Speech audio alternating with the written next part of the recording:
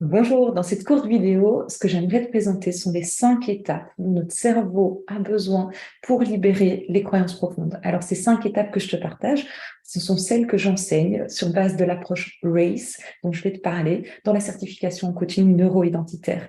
Pour chacune de ces étapes, je vais te donner quelques indications au niveau neuroscientifique de ce qui se joue et donc pourquoi il y a besoin d'atteindre ces déclics-là pour vraiment qu'il y ait une libération d'une croyance profonde et donc pour permettre aux personnes d'atteindre leurs objectifs. Alors, cette approche RACE, donc elle est en 5 étapes. La première, c'est le R, c'est la real cause. La real cause, c'est quoi? En fait, c'est la cause réelle. Pourquoi je parle de cause réelle? Parce qu'en général, quand quelqu'un vient dans un accompagnement, il vient avec un symptôme, ce qui se passe mal dans sa vie, et il va vouloir identifier évidemment la croyance bloquante. Le problème, c'est quoi? C'est que les croyances, elles sont superposées en couches dans notre cerveau. Ce sont des connexions de neurones. Et tant qu'on n'a pas enlevé la couche la plus profonde qui bloquait, on peut avoir identifié des croyances en surface, mais on risque de tourner en rond. La personne va avoir des difficultés à la lâcher. Et donc, c'est pour ça qu'il va être important dans cette première étape, de ne pas toujours s'arrêter à cette première croyance si on voit que ça continue à résister. Ça explique que beaucoup de personnes, eh bien, malgré cette impression d'avoir conscientisé, n'arrivent pas à avancer. Et donc, le truc, ça va être eh bien, de descendre et d'aller chercher encore et encore ce qui est en dessous de cette croyance et de préférence, eh bien, s'enlever les mécanismes de protection naturelle de notre cerveau qui vont venir bloquer cette partie-là. Ça, c'est la première étape. La deuxième étape, c'est le A, awareness, c'est la conscientisation. Alors, qu'est-ce qu'on met dans conscientisation? Pour ça, j'ai besoin que tu comprennes comment ça se passe au niveau de notre cerveau. Quand on est jeune, ou plus âgé d'ailleurs, ça peut se faire à tout moment de la vie, on va cristalliser certaines croyances. Ce qui est important de comprendre, c'est comment, en fait, elles viennent se bloquer dans notre cerveau, comment elles viennent se cristalliser. Ces croyances, en fait, il y a toujours plusieurs choses. Il y a ce qu'on vit, le fait, la pensée et la pensée qui survient, et ça, c'est une partie de notre cerveau, c'est l'hippocampe qui va aller le stocker. Donc, le fait et la pensée, il y a également une émotion. Il y a toujours une partie émotionnelle à une croyance. Cette émotion, eh bien, c'est notre amygdale qui va venir la stocker. Cette pensée, cette émotion, elles vont être mises dans l'inconscient. Généralement, c'est là que cette croyance s'est formée et ça explique que tu n'y es pas spécialement accès. Le problème, c'est que ça ne s'arrête pas là. Notre cerveau, pourquoi il la met dans l'inconscient? Parce qu'il se dit qu'elle sera mieux protégée. Pourquoi il a besoin de la protéger? Pour nous éviter de revivre la douleur qu'on a vécue, la douleur émotionnelle, colère, tristesse, culpabilité, peu importe, qu'on a vécue à ce moment précis. Et donc, qu'est-ce qu'il va faire? Eh bien, il va stocker cette croyance et il va y associer une peur. Une peur qui fait que, eh bien, plus tard, on ne va plus se risquer à faire quoi que ce soit qui pourrait redéclencher cette douleur émotionnelle. Ce qui veut dire qu'en termes de conscientisation, en tant que coach, en tant qu'accompagnant, ce qui va être important, eh bien, c'est pouvoir aller chercher cette peur. Qu'est-ce qu'on a réellement peur de revivre? Et souvent, c'est pas le symptôme. Par exemple, si on a peur de se rendre visible, il y a d'autres choses en dessous. Il y a une autre peur qui s'est créée qui vient juste faire écho et qui amène le blocage aujourd'hui. Ça, c'est la phase de conscientisation, de manière très rapide. La troisième phase, c'est le I, ce que j'appelle involvement, c'est la responsabilisation, c'est le fait de s'engager. De quoi je parle? En fait, une fois que la personne a vu la peur qui bloquait, il y a évidemment un avantage à garder cette peur. C'est on est protégé, on risque plus de vivre la douleur émotionnelle. Le problème, c'est que notre cerveau, naturellement, qu'est-ce qu'il fait? Eh bien, il va créer un fantasme. Et ce fantasme, c'est quoi?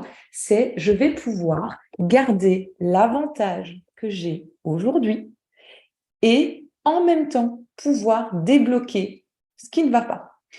Et pour ça, qu'est-ce qu'il espère? Que quelque chose d'extérieur à lui va apparaître tout d'un coup, va changer la donne, va changer la situation. Le problème, on le sait, en tant qu'accompagnant, c'est que tant qu'on attend que l'extérieur agisse et qu'on ne prend pas la responsabilité, qu'on ne prend pas action nous-mêmes, eh bien, quelque part, rien ne va se passer. Et donc, le rôle de l'accompagnant à ce stade-là, ça va être de responsabiliser et de confronter dans la bienveillance pour pas lever les mécanismes de protection du cerveau à nouveau et de pouvoir amener la personne à conscientiser que cette croyance, c'est un fantasme, le fait de pouvoir garder l'avantage et débloquer ce qui bloque aujourd'hui dans la vie. Ça, c'était la troisième étape.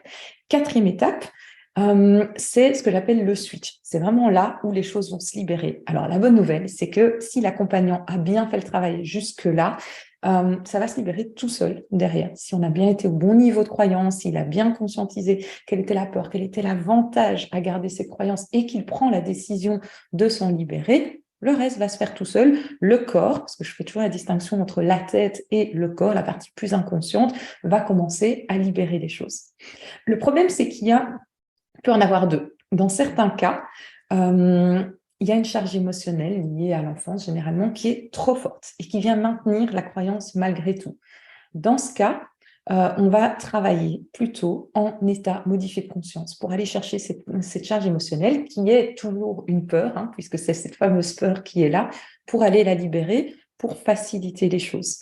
La deuxième raison, c'est que le cerveau est descendu jusqu'à un certain niveau de croyance, mais il continue à bloquer à un certain endroit et donc il ne va pas oser aller plus loin. Le fait de travailler en état modifié de conscience, ça va enlever progressivement ces barrières du mental et ça peut parfois, souvent d'ailleurs, donner accès à une croyance plus profonde qui n'osait pas s'exprimer autrement, ce qui va permettre de la libérer également. Donc là, on n'est pas sur de la libération émotionnelle, on est vraiment sur la libération du déblocage de la croyance profonde.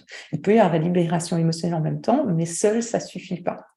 Enfin, la dernière étape, le E, c'est empowerment, c'est l'envol, l'ancrage. En fait, une fois qu'on a libéré cette croyance-là, dans notre cerveau, qu'est-ce qui se passe? Avant, on avait un réseau de neurones et c'est comme une autoroute. On se sentait obligé de l'apprendre sans même s'en rendre compte. On faisait toujours la même chose, toujours dans la même direction, on entretenait la même croyance. Aujourd'hui, en l'ayant libéré, c'est comme si on avait ouvert une deuxième route. Toutefois, eh bien, rien ne nous empêche de partir à droite ou à gauche, de garder la route qu'on avait l'habitude de faire. Plus parce qu'on est obligé, mais juste par habitude, sans y réfléchir. Et donc, cette phase d'envol va permettre d'aller ancrer les changements, d'illuminer la route et de montrer à la personne dans son quotidien toutes les micro-décisions qu'elle va rencontrer, où elle va avoir l'opportunité de choisir entre la route de gauche, celle qu'elle connaissait bien, la route de droite, la nouvelle route. Voilà, et donc ça va être important également. Ça ne veut pas spécialement dire à travers un plan d'action, c'est une mise en conscience de ce qu'on va vivre au quotidien. Et ça, pour moi, c'est aussi le rôle de l'accompagnant, de pouvoir le montrer. Voilà, alors ça, c'était les 5 clés. Évidemment, je suis bien consciente qu'en quelques minutes, c'est compliqué à assimiler et donc j'avais envie de t'offrir un cadeau. Ce que j'offre, c'est une demi-heure de mon temps. Tu peux prendre rendez-vous via le lien qui s'affiche qui s'affiche sur la vidéo et qu'on va mettre également normalement en dessous. Une demi-heure de papote pour que je réponde à toutes tes questions sur une de ces 5 clés. Donc, tu choisis une clé qui t'intéresse plus particulièrement et on en discute et je te donne plus d'informations sur cette clé en particulier et comment tu peux l'appliquer plus facilement dans tes accompagnements. Voilà, je te remercie pour ton écoute. Ce sera un plaisir d'échanger et je te dis à très bientôt.